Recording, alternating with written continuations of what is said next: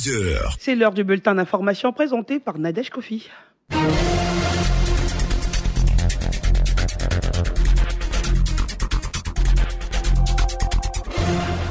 Bonjour à tous et merci de vous informer sur Radio Côte d'Ivoire. Le président de la République est au Koweït à l'invitation de l'émir du Koweït. Au cours de son séjour, le chef de l'État aura des entretiens avec l'émir, suivi de la signature d'accords de coopération entre la Côte d'Ivoire et le Koweït.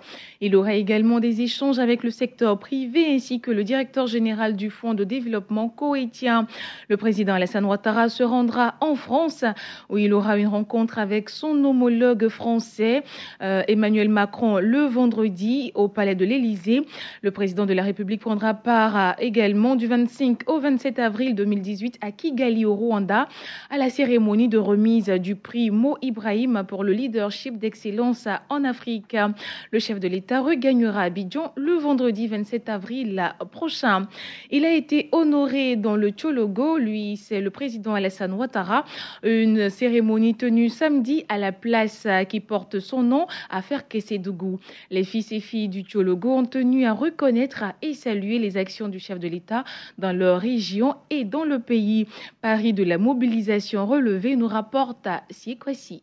Place Alassane Ouattara de Ferkessédougou ce samedi 14 avril, l'espace croule sous le poids de ses visiteurs. On se croirait à une visite d'État. Du pouvoir au grand complet était présent le vice-président de la République, Daniel Kablan-Duncan, le premier ministre Amadou Gon Coulibaly, le président de l'Assemblée nationale Soro Guillaume, la grande chancelière Dagri Diabaté, le nouveau président du Sénat Kwadio Aoussou, même le président de la Chambre des rois et chefs traditionnels de Côte d'Ivoire Amotano était présent. Sous les bâches dressées et aux alentours, un monde fou surexcité, composé de toutes les sensibilités socio-économiques du pays. On a vu des gens se bousculer pour obtenir une place, d'autres se frayer même difficilement le chemin pour toucher une autorité. Vraiment, Ferkessédougou a fait la promesse de relever le défi de la mobilisation. On peut le dire tout net, c'est un défi relevé. Quelques témoignages. Voilà Célestin, départemental du RDA Cocody. Il y avait le vice-président de notre pays, la présidente Ariel Diabaté, le président de l'Assemblée nationale, le premier ministre. C'est quand même une cérémonie relativement particulière par rapport aux autres. Karim Ouattara, la mobilisation elle a été extraordinaire.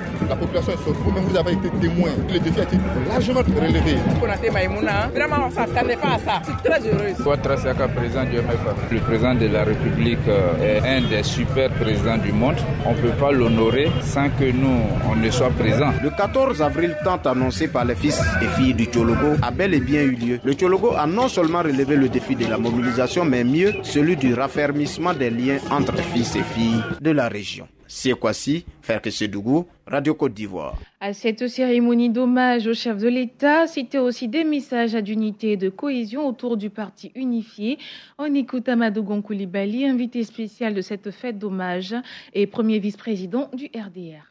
Au milieu de quelques sons de cloches divergents et discordants entendus ça et là, efforçons-nous d'entendre dans la sérénité la voix de la raison et du cœur qui commande l'union de toutes les filles et de tous les fils se réclamant de l'héritage politique du président Félix Houphouët-Boigny. Acceptons de faire preuve de patience et adoptons une démarche de pédagogie commune. Le rassemblement au sein du RHDP permettant de préserver nos acquis et de perpétuer l'héritage des bâtisseurs de la Côte d'Ivoire moderne. J'ai foi que nous y arriverons, car telle est l'unique voie qui s'offre à nous, convaincus que nous sommes qu'une division serait suicidaire pour tous. Je compte sur vous, population du Tchologo, pour faire écho de cet appel à la responsabilité, à l'union, à la paix et à la fraternité.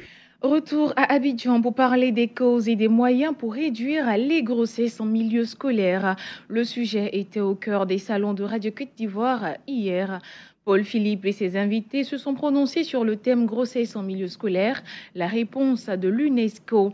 La coordonnatrice du programme 03, Nos droits, nos vies, notre avenir en Côte d'Ivoire, revient ici sur le sombre tableau que présente la Côte d'Ivoire. Aïdara Coulibaly-Tena.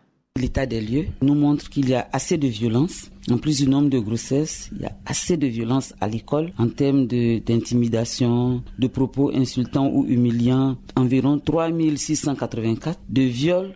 Je pense que tout ça montre qu'il est important qu'on puisse travailler avec l'État de Côte d'Ivoire en soutenant bien sûr tous les efforts du gouvernement et du ministère de l'Éducation nationale, du ministère de la Santé, entre autres.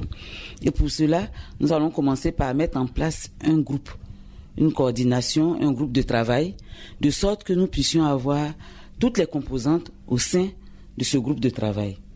Cela va nous permettre de partager parfois, d'avoir des réunions régulières et de partager également avec l'ensemble des partenaires, c'est-à-dire l'UNESCO, avec les autres partenaires, pour que chaque fois en faisant des points, on puisse se rendre compte qu'on avance tous, chacun bien sûr selon ses missions, mais que nous avançons ensemble. Vous suivez le bulletin d'information sur Radio Côte d'Ivoire. La compagnie ivoirienne d'électricité sensibilise sur l'utilisation des ampoules économiques.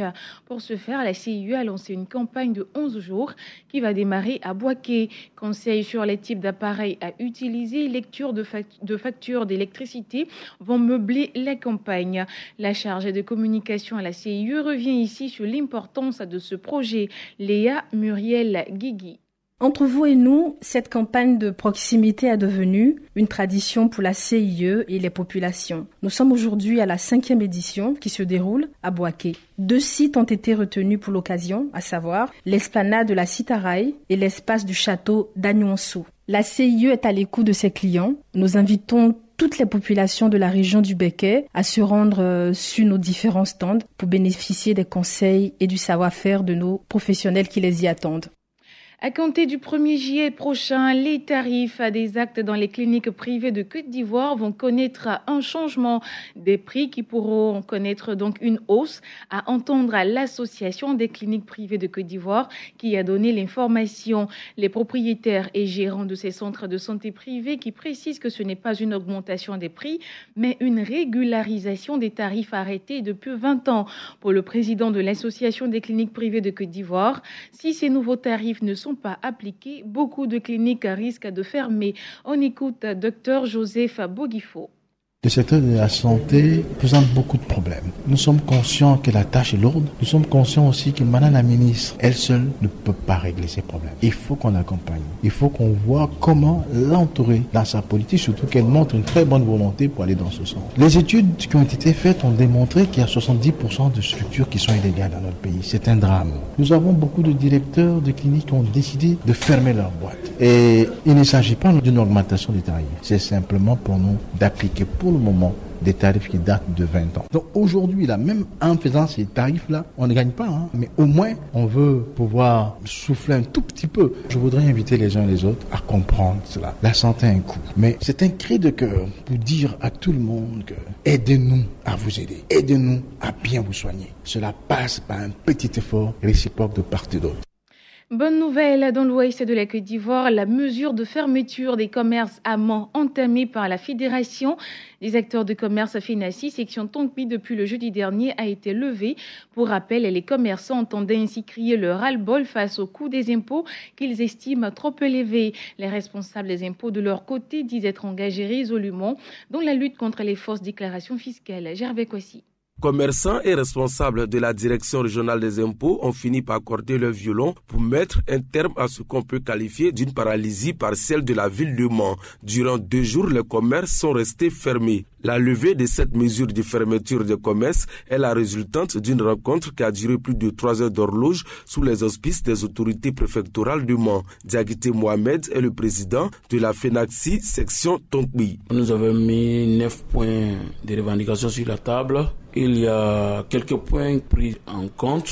Le reste des points, nous allons faire ça professionnellement entre nous et le DA des impôts de Mans. Nous avons levé le mot d'ordre de grève. Le commerce peut s'ouvrir, tout le monde rentre en activité. Le premier responsable de la direction régionale des impôts s'est réjoui de cette rencontre qui lui a permis de situer le rôle et le fonctionnement des impôts. Fousseni Django. Il y a eu un dénouement heureux à cette crise. Je profite de l'occasion pour dire merci à monsieur le préfet de région pour son implication personnelle dans la résolution de cette crise. Il faut dire qu'il y a eu quelques incompréhensions suite aux différentes rencontres que nous avons eues.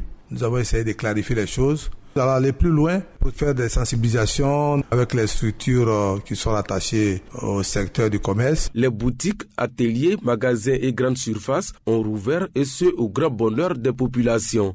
Gervais Kwasi, Mans, Radio Côte d'Ivoire.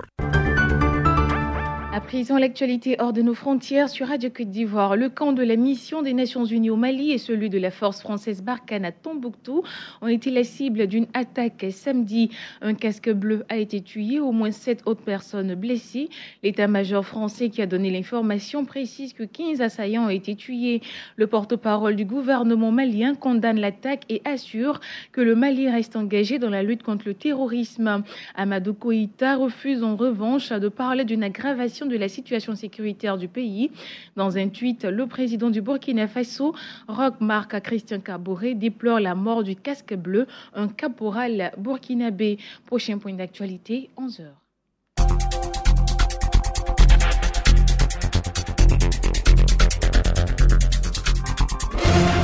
Allez, grand merci à vous Nadège Kofi. On vous retrouve à 11h pour un autre point.